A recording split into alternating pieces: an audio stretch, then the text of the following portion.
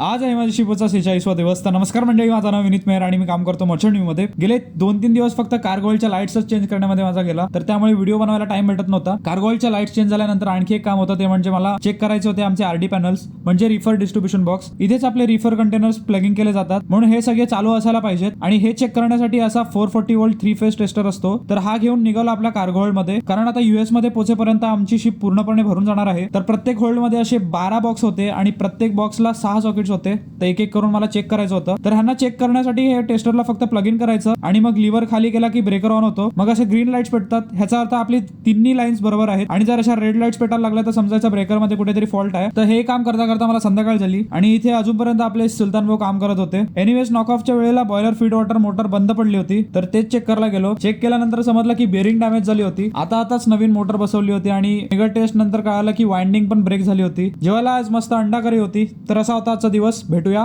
उद्याच्या व्हिडिओमध्ये.